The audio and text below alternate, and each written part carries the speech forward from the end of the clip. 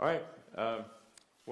Thank you everyone for coming. It's always a pleasure to be in Norway. I always have a great time. I always look forward to visiting. And in fact, on this visit to Europe, I'm only in Norway. I'm just coming for you. So I think I'd like to just express a word of appreciation, thanks for the support of Norway for electric vehicles and being the leader in the world on a per capita basis for the adoption of electric vehicles. I think everyone in Norway should be incredibly proud of that fact. I think that's wonderful. And at Tesla, we actually consider Norway to be the pioneer, particularly for cold weather activity. It remains the case that our top individual customer in the world lives in Narvik. Obviously it's above the Arctic Circle, and he's such a big fan that he bought a bunch of Teslas, and he's just letting the townspeople use them whenever they want. Great guy.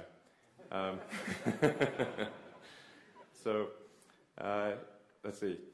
I think for thinking of both sides of the energy equation, there's sustainable energy generation and the sustainable energy consumption.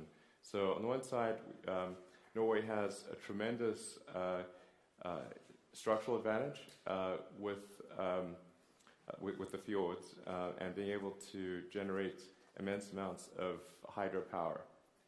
And that's something that I think that can be done if it's in a way that's aesthetically in harmony with the environment and doesn't disrupt the local ecology. And I think there's immense growth potential, a really immense growth potential in Norwegian hydropower, which when combined with long-distance, high-efficiency power lines can actually supply a very significant portion of Northern Europe's electricity needs. So I think, as the world transitions away from hydrocarbons, Norway is actually in an excellent position, maybe the best position of any country in the world, to ramp up sustainable power generation, and then the great thing about sustainable power is that it's a long-term industry, a long-term revenue source. So I think people in Norway should feel very optimistic about the future as the world transitions away from hydrocarbons. So I think doing great, sort of leading in sustainable power generation, leading in sustainable transport. Norway is doing an amazing job and is leader in the world. So it's sort of like word of congratulations is in order, and people should feel great, really great about that. Let's see. Looking into the future on the transport side, obviously it's incredibly important that we achieve affordable electric cars. Tesla recently announced the Model 3, which is a much more affordable EV. Actually got a tremendous amount of interest from Norway. We had lines at our stores, which shows the level of interest. So we're really looking forward to producing a great, affordable electric car, which has been Tesla's mission from the beginning. So if we could have produced a great, affordable electric car on day one, that's absolutely what we would have done. But the only way to success was for a small company with limited resources was to start off with a low-volume, high-priced car, go to a mid-priced, mid-volume car, and ultimately to an affordable high-volume car. And that's what we're sort of getting to step 3, which is obviously vital to have a real effect on the world. So the Model 3, the affordable electric car, has really been the dream of Tesla from the beginning. and we had the product launch a few weeks ago, I mean, and the interest level actually surprised even us. We're now at almost 400,000 orders for the Model 3, which actually makes it in terms of pre-orders, the highest, basically the biggest product launch of any kind, car or otherwise, in history, because it's sort of on the order of $14 billion worth of car orders in a little over a week. So I think that's great, and it shows that people have a lot of faith that we're going to produce a great affordable electric car, and I think they're right, and I think this car is going to be great for middle-class families, and so I can't wait to bring that to Norway. I'd like to give a word of thanks also to the people in Norway who have for a long time fought for sustainable transport and sustainable energy. I know there are people that have been fighting for over 30 years to support electric vehicles and sustainable energy, and so I'd like to say thank you to those people, and we wouldn't be where we are in Norway today without their support, and just a general thank you to the Norwegian people and the Norwegian government for the support of electric vehicles. Tuck.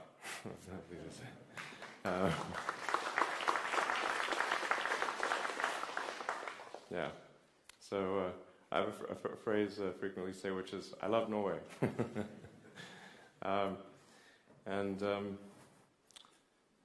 So thank you for your support. Like I said, my message is very simple, which is, Norway has a tremendous opportunity, probably the best opportunity of any country in the world for sustainable energy production. It needs to be done in a thoughtful way, such that it's aesthetically appealing, blends into the local environment, and doesn't disrupt the local fisheries and wildlife, which I think is very doable. I think that's a very exciting future for the country. Let's see. I think that's mostly what I wanted to say, and I think we're going to go into a Q&A. So we'll do sort of a back and forth conversation, and then if there's anyone in the audience who wants to ask questions of any kind, then I'd love to hear your questions. I think it's always good to get a back and forth going with the audience. All right, thank you.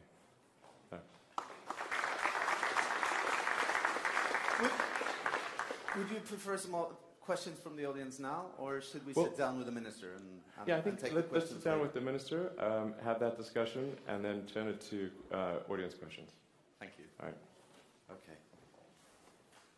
Hey, that's me. Mr. Musk, if you'd like to sit here.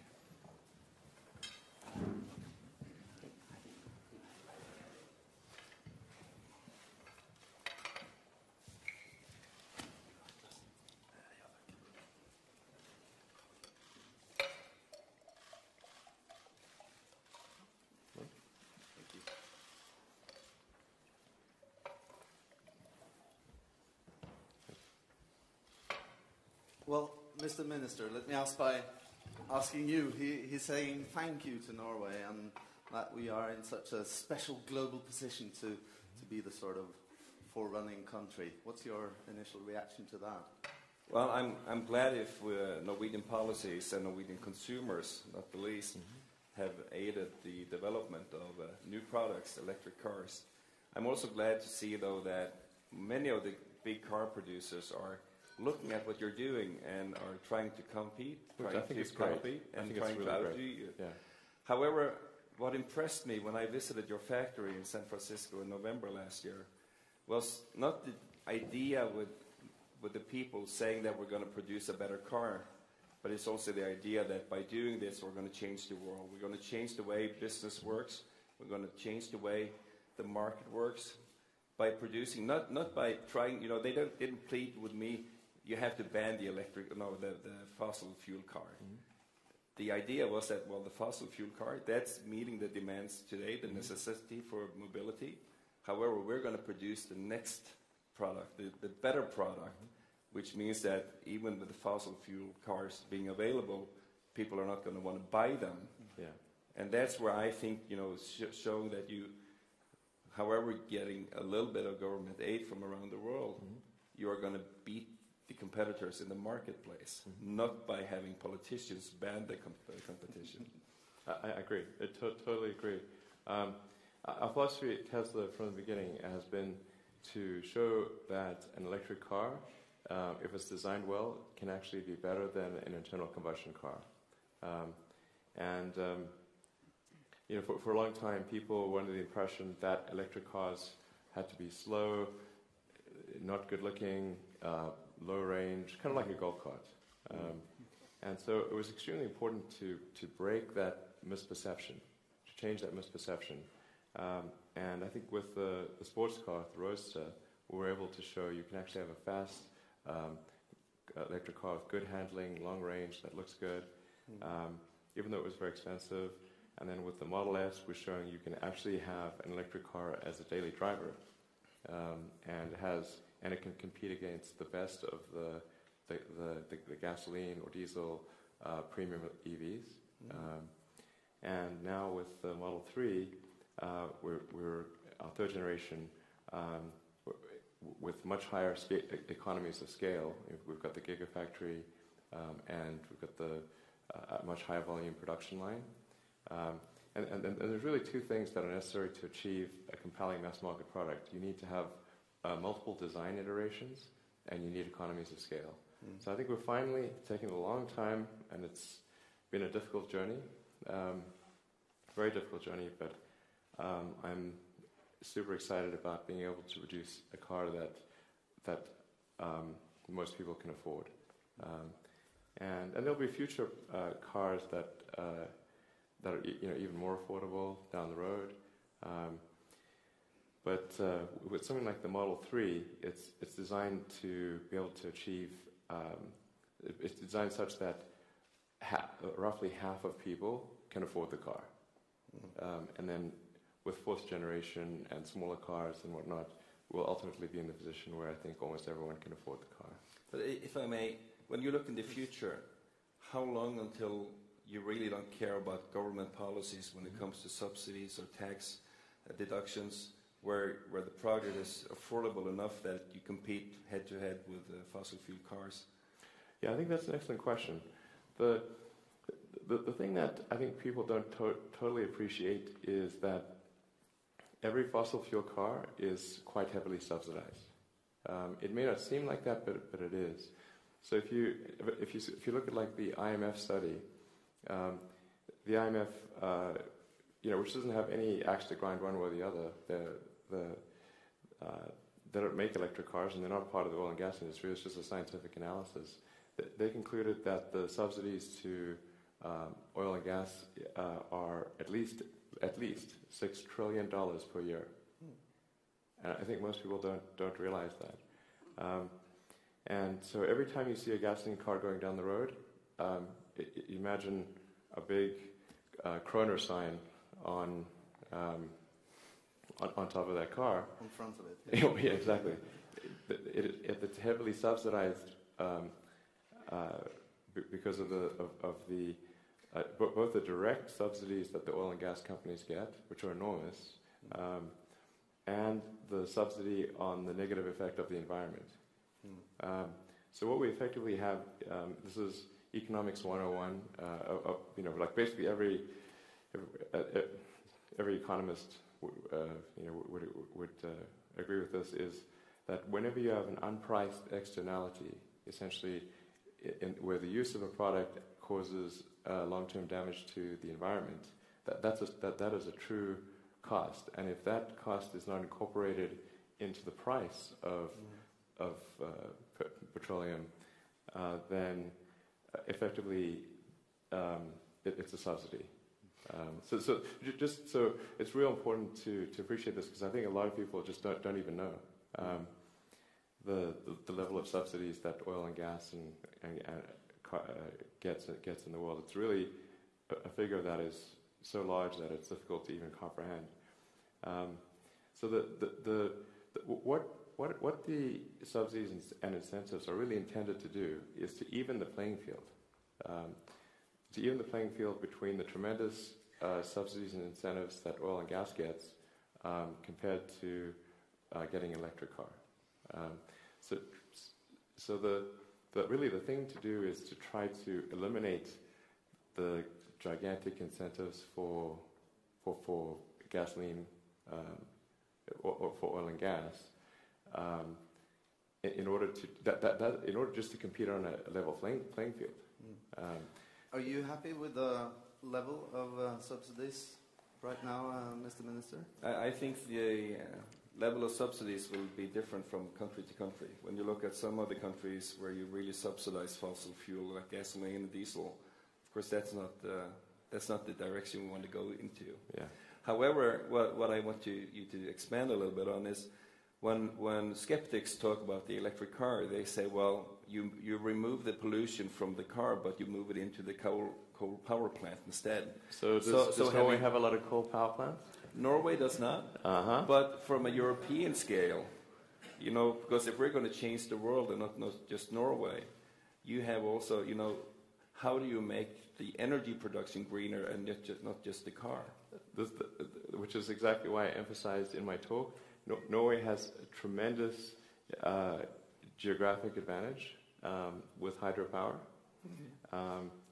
Like I said, the hydropower should always be done in a way that fits in aesthetically with the local environment, and that doesn't disrupt local fisheries and that kind of thing, which it can be done. Particularly if you go with sort of micro dams or small dams, so it's not like a giant hydroelectric plant, but it's sort of a series of micro hydro plants. Those can be done with no disruption to the environment. Mr. Musk, are you implying here that you might consider moving the production of Tesla to Norway, or using our clean power? We do have space available,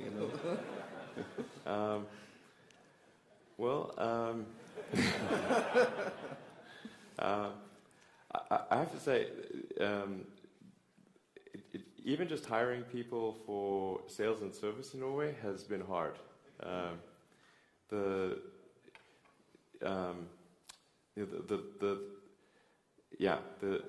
We'll talk in the back about this. One thing I should mention, maybe people don't know this, but we do our cold weather engineering in Norway. I don't know if you know that, but so there's actually, at any given point, there's a lot of Tesla engineers in Norway doing cold weather engineering and testing and validation, and making sure that the car works well for Norwegian winter. So we actually do have a lot of activities in Norway, and also we've invested a lot in EV charging infrastructure, and we've also said that we're happy to have other manufacturers use our charging system, so we're not trying to create a walled garden.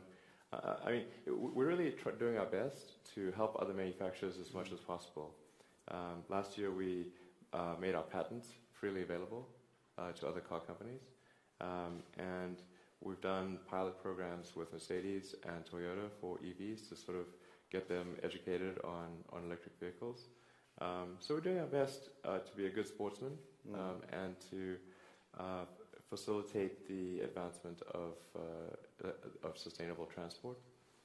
But yeah, I really want to emphasize, outside of the US, Tesla's investment per capita is actually the highest in Norway. Yeah. But you're doing a tremendous job in showing industry that you can make greener cars. However, when we look at developing our country, we want mobility between the cities and the countryside. However, we also want to avoid overcrowding the cities with personal cars. you've done a tremendous job to kind of remove pollution from the cars driving in the cities, but which makes a big difference on health. It does. However, really does. Can we expect Tesla also to help revolutionize mass transit when it comes to buses? If we can have more people drive their Tesla or electric car to hubs outside the cities, but still go mass transit into the cities, we will do something with the pleasantness of the city. So we have an idea for something which is not exactly a bus, but would solve the density problem for inner city situations. I think we need to actually rethink the whole concept of public transport and create something that people are actually going to like a lot more. I don't want to talk too much about it because. Sorry, are you talking about the Hyperloop? No. The Hyperloop's great for going between cities, but I have to be careful what I say these days. You're among friends. It's okay. Trust me, what'll happen is I'll make an offhand comment with a group like this, and then it'll be like a small, maybe like page 3 of an article in the Norwegian newspaper. Then the international press will seize on that and turn it into a big headline. So I put my foot in my. Unfortunately, but you're thinking about. I have a bad habit of putting my foot in my mouth. Unfortunately, but if we go back then to the but I very much agree with solving the high density urban transport problem, and I think there's a new type of car or vehicle that I think would be really great for that, and actually take people to their final destination, not just to the bus stop, which I think is great. So then someone. So where do you see autonomous vehicles in this? Autonomous vehicles are key. It's key. Key. And will people trust it, or how long till people will trust it? I think people will trust it surprisingly quickly. The feedback we've gotten from our autonomous version 1, which is in Teslas today, has been extremely positive. And when we look at the data, I think this is a really interesting fact, of cars that, if the autopilot is turned on or off, you're probably, the probability of having an accident is 50% lower if you have autopilot on, even with our first version. So we can see basically how many kilometers, what's the average number of kilometers to an accident defined by airbag deployment.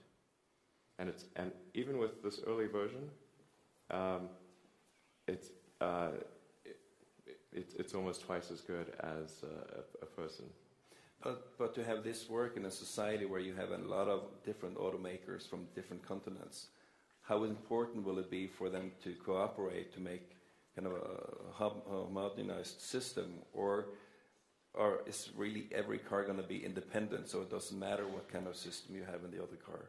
I think it's more likely to be the latter, because in the beginning, the percentage of autonomous cars will be very low. So it's critical for the autonomous car to be able to handle a large number of non-autonomous cars, really with a safety level higher than a human driver. That's the threshold. And I think it's going to be important in terms of satisfying regulators and the public to show statistically, with a large amount of data, with billions of kilometers of driving, to say that the safety level is definitively better by a meaningful margin if it's autonomous versus non-autonomous. I think that's really the thing that will be convincing. When you decided to kind of start to try to change things, why did you choose battery electric as your source of drivetrain? Why not hydrogen, or why not just go with biofuels? Well, my main training and mindset is that of a physicist. So I tend to think of things in a very sort of kind of physics framework, because I think that's like the best framework for critical thinking and for evaluating technologies at a fundamental level. Even when I was in college, it was very obvious to me that electric was the right path. because the fundamental efficiency and then solar being the solar, in the case of Norway hydro, which is effectively indirect solar. The sun is really evaporating water and raining, and so that's sort of a form of indirect solar. But solar is solar plus electric is an unbeatable combination at a first principles physics level for having the most efficient, sustainable system. I mean, to me, this is as obvious as day and night. Now, if there was a readily available source of hydrogen that wasn't bound up in water or bound up in hydrocarbons, then there would be the possibility of a fuel cell vehicle. But a fuel cell vehicle relies on hydrogen.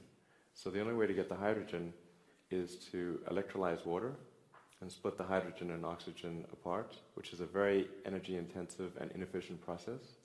And then once you've split the hydrogen off, you've then got to compress it or render it to liquid form, which also takes a tremendous amount of energy. Then you've got to store it, and then once it gets in the car, it then has to go through a fuel cell power plant to get turned into energy, and only then can that energy be applied to electric motors. So if you look at the total cycle efficiency of a fuel cell system, it is at least twice as bad. Its theoretical best case is twice as bad as electric in terms of the energy cycle. That's if the technology is perfect. And the technology is not perfect, so it ends up being maybe 200 to 300% worse than a solar electric alternative. Because the solar electric alternative, it's dead simple, and the energy transfers are very high efficiency. You essentially collect power from the sun, or from hydro, whatever, and then you charge a battery pack, which with almost no energy losses, and that's it. You're done. Perhaps we should open for some questions from the audience now. Time flies really quickly, so please keep your questions brief and precise. There's a microphone somewhere.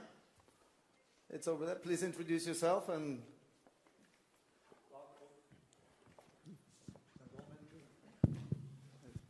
Dag Folk Petersen, Avinor, airport operator.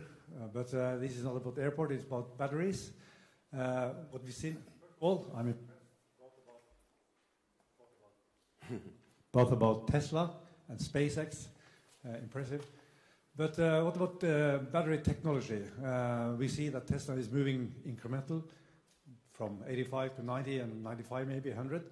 But when will we see a giant leap in this, double or triple the capacity of the batteries that you already have? Is that coming sooner? I have to say that battery technology is one of the most difficult technological problems in history. I mean, so many smart people in the course of history have tried so hard to improve batteries. You're really just fighting the laws of thermodynamics very, very hard in creating a battery. I mean, Edison, who was a great inventor, tried super hard and he didn't succeed. Many very, Tesla tried and didn't succeed. Some of the smartest people in history have tried very hard. What actually tends to happen with batteries is that the improvements tend to be maybe 5 to 8% per year in energy density, and approximately that improvement in cost. Now, with the Gigafactory, we're trying to take economies of scale to the maximum limit in order to reduce the cost even further, just by having economies of scale and having a tightly integrated supply chain that goes from raw materials coming in on rail cars from mines, and out comes a completed battery pack. that this is the most efficient. We're taking the fundamental economic efficiencies to the maximum, which is why I think that in addition to the natural progression of batteries in energy density and cost of 5 to 8%, with the Gigafactory, we can actually amplify that to as much as 30%, which is very important for achieving the affordable car. And that's also the reason why we did the Model X before doing the Model 3, is because creating the Gigafactory, which does have a lot of advanced technology in it, because it's going to be making more batteries at the Gigafactory than the rest of the world combined. So if you add up every battery factory in China, Japan, Europe, anywhere combined, this one factory that we're building will produce more battery output than all of them together. And I want to emphasize, it's designed to be energy neutral in its energy usage. So we're using a combination of solar, wind, and geothermal. Where we are in the Nevada desert, there's not a lot of hydro. There is in Vegas, because you've got the Hoover Dam, but not where we are. But using geothermal for temperature conditioning of the factory particularly, and then wind and solar for the rest of the factory. And of course it's a battery factory, so we can buffer the energy. So we can go 24/7 with a factory that generates its own energy and might actually end up generating additional energy to give back to the grid. I mean, for sentimental reasons, I also care about the aesthetics of the battery factory. So it's shaped like a diamond and aligned on true north. And my construction guys are like, why are we doing that? It's like, I'm gonna have some romance and sentimentality in these things. You know? One more question. Where's the there? Yeah. We love Norway, and we love hearing that. But Norway is based on our income from oil and gas. Now we'll be drilling for more oil and gas in the Barents Sea to preserve the welfare state. I would like to hear, what is your point of view on this? Sure. Well, I agree with the minister in that there is actually a necessary short to medium term role for oil and gas, because the sustainable power generation and electric vehicles are still at the early stage, and it takes time to scale up and get to high volumes. So the real thing that's important is for hydrocarbons is to correctly price the unpriced externality of the impact on the environment. So market mechanisms work very well when the pricing is correct, but if the pricing of oil and gas does not include the environmental impact, that is a de facto subsidy. And so I mean, I'm sort of disinclined to vilify the oil and gas industry, because if we didn't have them, then we would have economic collapse and people would be starving to death. I mean, it is very necessary in the short term, and it's just that we need to be taking the steps to accelerate the transition to a sustainable energy economy in Norway and throughout the world as quickly as possible. And the faster we do that, the better off the world will be, and the lower will be the long-term environmental impact. We're running out of time, I'm afraid. If I can just ask you towards the end, that you famously said that I'd like to die on Mars, just not on impact. How far are you away from that? From impacting? Yeah. Sure. So, I mean, that was actually prefaced by somebody asked me when I was going to retire, and I said, like, well, I don't really plan to retire. I mean, hopefully, at some point when I'm, too old to do a good job, then obviously I should retire, and then it would be kind of cool to retire on Mars and visit Mars, but you know, not. I mean, if you're going to die somewhere, you know, it would be cool to die on Mars. That's a nice ending, Yeah. actually. Mr. Musk, thank you so much for coming. Mr. Minister, thank you for joining us here on stage. Thank you. All right. Thank you very much.